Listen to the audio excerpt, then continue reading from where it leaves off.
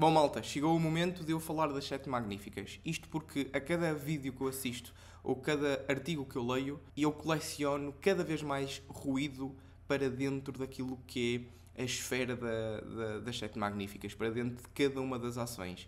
Isto porque todos os analistas que escrevem ou que fazem vídeos dizem que há melhores oportunidades ou que as 7 magníficas já deram o que tinham a dar e, portanto, não são de toda oportunidades ou excelentes investimentos. E eu, se olhar juntamente convosco aqui para o meu portfólio, eu vou falar das 7 magníficas não só para tentar ir contra este ruído, para olhar aqui para os fundamentos, já sabem como é que eu funciono, olho acima de tudo para os fundamentos, olhar aqui para Amazon, Google, Meta e Microsoft, sabendo que eu tenho 4 das 7 magníficas e, portanto, eu tenho este conhecimento, estou por dentro do que cada uma delas está a fazer. Pelo menos mais por dentro destas 4 do que as outras 3 que me faltam.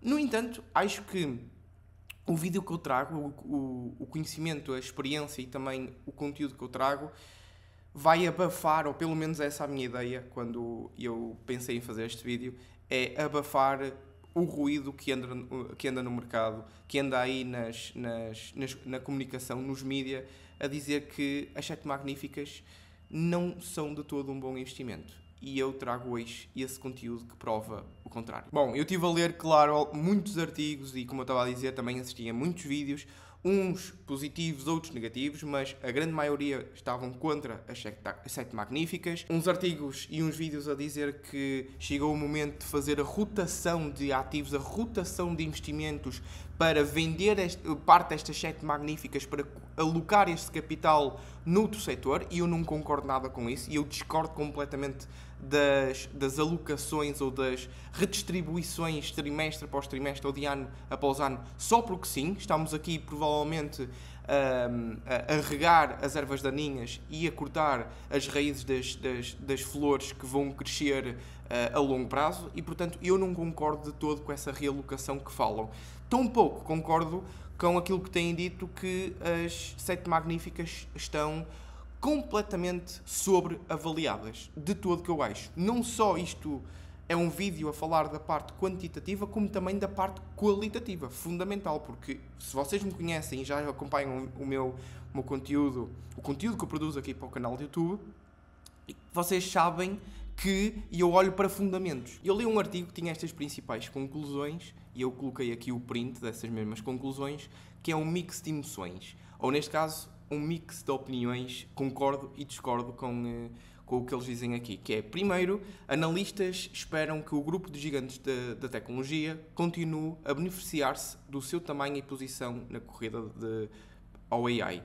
Isto eu concordo, e apesar de eles dizerem mais abaixo que 3 das Mag 7, Nvidia, Microsoft e Meta, subiram 2 dígitos desde o início de 2025 e estão atualmente a ser negociadas em perto de máximos históricos, ou algumas delas já atingiram máximos históricos, Microsoft inclusive já atingiu este ano máximos históricos. Mesmo assim, considerando isso, acho que têm muito mais para dar cada uma destas 7 magníficas. Descartando ali Tesla, já sabem a minha opinião, mas estas 7 magníficas têm muito para dar, não só no último semestre deste ano, como também nos próximos 5 a 10 anos. Uma das conclusões que eu não concordo de todo deste artigo é que eles dizem que também alertam que o crescimento dos seus lucros em relação a outras empresas líderes pode desacelerar. E mesmo em inteligência artificial, alertam os analistas, os investidores podem começar a procurar outras ações à procura de ganhos. Lá está, realocação. Para quê? Não é? Obviamente que há sempre aquele período embrionário de um projeto novo que está a acelerar e depois desacelera. Assim como todas as outras empresas que criaram projetos ou que começaram de toda a sua história. No entanto, aqui, olhando para o AI, eu acho que estamos numa fase em que tudo é início, e estas 7 magníficas são aquelas que mais se vão beneficiar deste, não só do boom, sim, que estamos num boom desta tecnologia, é uma 5ª revolução industrial, diria eu, e mesmo estes ganhos que elas apresentaram nos últimos tempos, mesmo batendo em máximos históricos, mesmo assim, a minha conclusão é que acho que nos próximos 3, 5, 10 anos, estas empresas vão ser aquelas que vão conseguir superar o mercado. Olhando aqui para a Round Hill Magnificent 7 ETF, podemos ver que ela está em ganhos face ao início do ano. Portanto, year to date, ela está a ganhar 4,38%.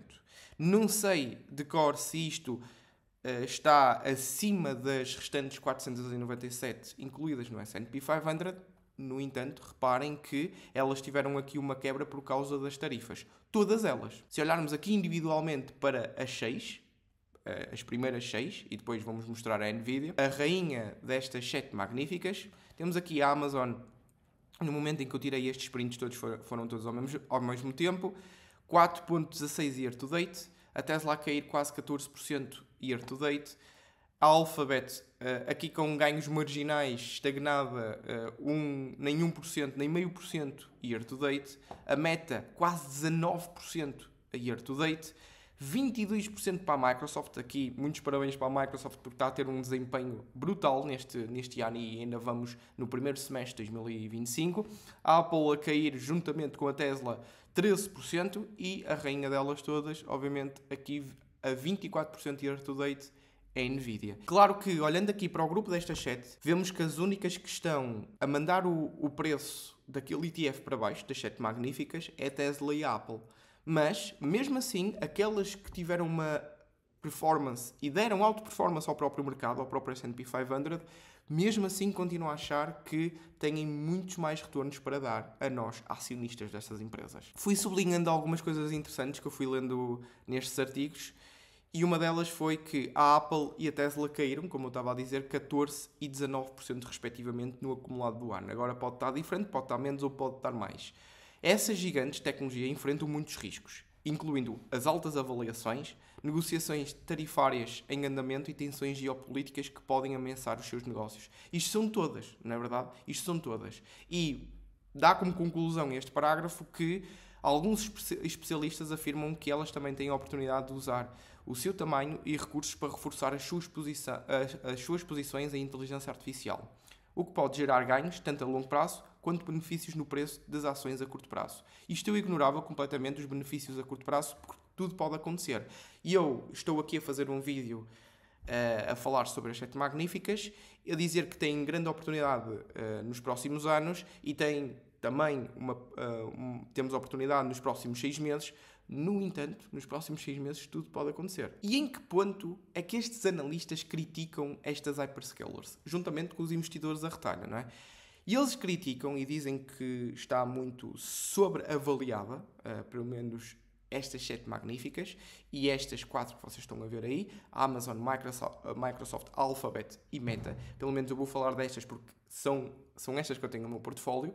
E eles dizem que elas não são empresas com grandes margens, porque elas são obrigadas a investir em grande peso em AI. E eu discordo completamente disso. E eu acho que elas devem investir se o mercado der a oportunidade para retorno sobre esses investimentos. Mas vamos aqui passo a passo. Primeiro, vamos olhar para o retorno sobre o capital investido histórico que estas empresas têm tido. E como podemos ver aqui por este gráfico crescente da Amazon, da Microsoft, da Alphabet e da Meta, têm dado retornos superiores àquilo que é o seu custo do capital colocado dentro de portas. Ou seja, se eu for ao banco e pedir um empréstimo que custa 3%, e se dentro desse empréstimo eu for aplicá-lo num investimento interno, num projeto interno na minha empresa e conseguir 15%, então eu vou criar 12% de riqueza para todos os stakeholders da minha organização. Porquê? 15 menos 3, 15% que é o que eu tive de retorno sobre aquele investimento, menos 3, que foi o custo de levantar aquele capital para fazer esse mesmo investimento, que foi 3%, são 15 menos 3, são 12. Eu criei de riqueza de 12%.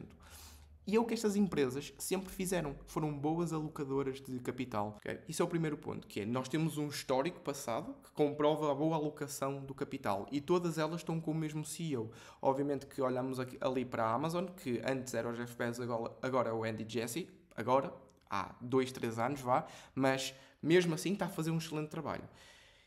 Segundo ponto é analisar se este investimento faz sentido ou não. Se olharmos aqui para as 7 magníficas, podemos ver que dentro deste artigo, e eu sublinhei aqui para ser mais fácil, diz que, no total, espera-se que as 4 empresas investam mais de 300 bilhões. Eu estava a dizer as 7, mas são aqui as 4 que eu apresento. Em infraestrutura em 2025, com grande parte desse valor destinada a data centers e equipamentos necessários para treinar e implementar AI. Malta, só 4 empresas vão investir na área da AI e na área dos data centers mais de 300 bilhões de dólares. E é isto que muita gente reclama. Eu não reclamo. Porquê? Porque, primeiro ponto, eles têm um track record de investimento, de alocação de capital fantástico. Segundo, faz sentido. Porquê que faz sentido? Porque olha o que é que diz aqui. As empresas de hyperscale mantiveram os seus planos de continuar a investir pesado em AI. Microsoft, Amazon, Alphabet, Meta indicaram este ano que os seus negócios de cloud e AI estavam limitados por capacidade computacional insuficiente. Ou seja, há mais procura por aquilo que eles têm disponível para oferecer. Estas 4 empresas. Estas 4 empresas que projetam investir 300 bilhões de dólares só em 2025. Só em infraestrutura para apoiar a área da AI.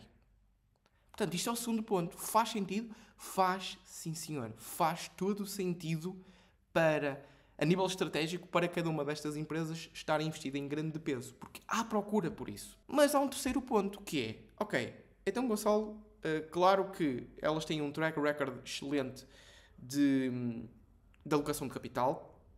Os seus CEOs são os mesmos de antigamente, não é? Que fizeram essas mesmas alocações de capital e tiveram esses retornos bons. Faz sentido em termos de estratégia, mas se monitorizarmos os números, será que eles estão a dar retornos aos acionistas ou estão a destruir valor? Será que eles estão a criar riqueza para todos os stakeholders? Essencialmente para nós, acionistas? E sim, reparem só, a Amazon, mesmo com este investimento de peso, comparativamente a 2020, 2021, 2022, está a subir em termos percentuais o seu ROS, o seu Return on Capital Employed, o seu retorno sobre o capital investido. A Microsoft está aqui numa estagnação. Neste caso, não tem mal nenhum, porque estes números, mesmo estando estagnados, são excelentes.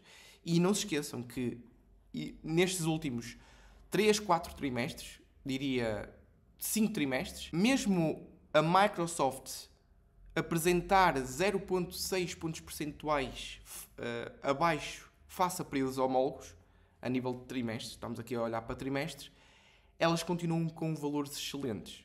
E isto caiu porquê? Muito devido ao grande investimento que eles alocaram neste trimestre versus o trimestre passado de comparação. No caso da Alphabet, ela até está a crescer. E a Alphabet projeta investir 85 bilhões. Antes estava a projetar investir 75 no início do ano. Agora saíram os resultados. Agora, ontem, estou a gravar este vídeo dia 24 de julho, e elas reportaram o seu relatório trimestral ontem, dia 23 de julho. Eu estive a ver e eles projetam mais 10 bilhões em cima daquilo que eles projetaram no início do ano só para CAPEX.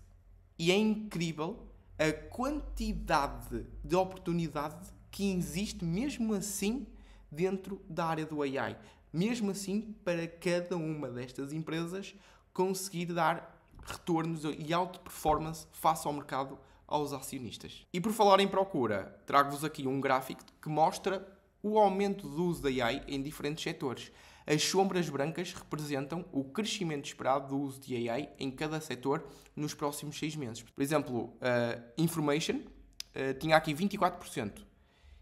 E a procura está aqui, não sei se vocês conseguem ver, está aqui uma sombra branca em cada um dos setores. Todos os setores, todos eles, vão ter uma procura maior para os últimos 6 meses de 2025. E isto tende a crescer para os próximos 3 a 5 anos. Malta, e falando aqui um bocadinho daquilo que são os analistas que se focam só numa perspectiva quantitativa. Porque está sobreavaliada face ao S&P 500, face a outras oportunidades. Vamos ver então. Vamos ler isto juntos. Embora as 7 magníficas sejam apoiadas por um crescimento mais fortes, elas são caras em relação ao mercado mais amplo. Dizem eles. Não concordo. com uma relação preço-lucro, ou seja, o PE, o Price Earnings, média futura, portanto, Forward Price Earnings, que é o quanto um investidor paga por cada dólar de lucro esperado, de cerca de 44. Em comparação, o S&P 500 tem um PL, um preço por lucro futuro, um Price Earnings, um Forward Price Earnings, de cerca de 21. Portanto, 44 destas 7 magníficas versus 21. Quanto maior, mais caras elas são, supostamente. Mas estamos a olhar aqui só para um rácio. E de acordo com isto é uma fonte da FactSet, ok? Portanto, fui buscar oficialmente estes dados à FactSet. E o que é que eu fiz? Compilei aqui o crescimento, o forward revenue, ou seja, o crescimento futuro para os próximos 6 meses de cada uma destas 7 magníficas. A Amazon, nos próximos 6 meses, projetam que ela cresça receitas a 10%. Meta, a quase 17%. Google, a quase 12%. Microsoft, a 14%. Nvidia, a 61%. E depois temos aqui as duas, a Tesla aqui, que eu estou aqui em cima da... Posso pôr aqui para baixo a minha câmera. A Tesla, 6%. E aqui a Apple, a 4%. As únicas que apresentam single digit. E eu pergunto, qual vai ser o crescimento de receita global do S&P 500? E isto, atenção, malta, já a contar com as 7 magníficas aqui. Portanto, estas 7 magníficas estão com uma receita superior às restantes 493. Mas, mesmo a contar com estas 7 magníficas a apresentar duplo dígito em receita nos próximos 12 meses, quanto é que é esperado que o S&P 500 cresça em termos de receita nos próximos 12 meses também? Isto está aqui, eu sublinhei. 5,6%. Portanto, a contar com estas 7 magníficas, temos o S&P 500 apenas a crescer 5,6%. Claro que, obviamente, o PL, o Price Earnings, o Forward Price Earnings, vai ser muito menor do que o Forward Price Earnings das 7 magníficas. Isso é óbvio. E as pessoas não podem analisar se uma ação está sobreavaliada ou subavaliada só pelo Price Earnings. Porquê? Porque esquecem-se do crescimento esperado para cada uma das ações ou para cada uma das áreas. Neste caso, estamos a falar das 7 magníficas versus o S&P 500. O S&P 500, a contar com estas 7 magníficas, vai crescer 5,6%. Se não contássemos com estas 7 magníficas, provavelmente estávamos a falar de um valor de 3,5%. Nem 4%. Porque temos a Nvidia, nos próximos 12 meses, a crescer receita a 61%, a quase. Temos outras 4 a crescerem duplo dígito. E temos apenas 2 a crescer single digit e que estão quase equiparadas aqui ao S&P 500, em termos de receita projetada para os próximos 12 meses. Portanto, não é uma boa métrica compararmos este Price Earnings de 44 versus 21. Mas Gonçalo, estás a falar agora das 7 magníficas porque elas tiveram uma recuperação. E faz agora sentido, visto que tens 4 destas 7 magníficas. De todo, malta. Esquecem-se que eu investi mais 10 mil euros, e está aqui documentado também no meu canal de YouTube, eu mostro tudo de forma transparente, em 2 semanas na altura de pânico das tarifas, quando as tarifas foram anunciadas. E eu investi em grande peso na Uber, não é uma das 7 magníficas, investi em grande peso e também reforcei a Amazon e a Google. Mas isto vem de trás, malta. E estes fundamentos vêm de trás também. Reparem só, aquilo que eu estava a falar de Price Earnings e de crescimento face ao S&P 500, ou seja, crescimento das 7 magníficas versus as outras 497, e aqui já não estamos a falar que estão a contar com as 7 magníficas, estamos a olhar para 7 magníficas versus as 493 empresas do S&P 500. E desde o segundo trimestre de 2024, portanto estamos aqui a olhar para um ano, ok? Um ano. Segundo trimestre de 2024, as 7 magníficas cresceram, em termos de receita, 35,2%. Isto períodos homólogos, ok? Portanto, face o segundo trimestre de 2023. Terceiro trimestre de 2024 versus as 493 que apenas tiveram um crescimento de receita de 6,2%. As 7 magníficas no terceiro trimestre de 2024 tiveram um crescimento de receitas de 30,8%, versus as outras 493 que apresentaram um crescimento de receitas de 2,6%. E por aí vai. Reparem só que até ao final do primeiro trimestre, do fecho do primeiro trimestre de 2025, todos estes trimestres, as 7 magníficas superaram em grande escala o crescimento de receita comparativamente às outras 493. Isto em um ano de comparação. Quais são as projeções para os próximos 4 trimestres? Para o próximo ano? Para os próximos 12 meses? Em todos eles, as 7 magníficas, espera-se pelo menos que as 7 magníficas superem as receitas, o crescimento de receitas, face às outras 493. Portanto, não, malta, eu não acho que as 7 magníficas já deram o que tinham a dar. Eu não acho que estão sobreavaliadas. Diria mais, eu encontro as melhores oportunidades dentro das 7 magníficas, neste preciso momento. E lembrem-se que os fundamentos falam muito mais alto do que apenas ruído e narrativas a curto prazo que os mídia, que a comunicação, que as redes sociais vos passam. A curto prazo, claro que estas empresas podem sofrer oscilações nas suas cotações. No entanto, a longo prazo, os fundamentos, ou neste caso ao contrário, o preço, segue sempre os fundamentos da empresa. E foi esta a minha opinião sobre as 7 magníficas. Partilhem também a vossa opinião, mesmo sendo do contra. Gosto sempre de aprender com os outros. Partilhem aí nos comentários. Este foi o meu vídeo. Até ao próximo.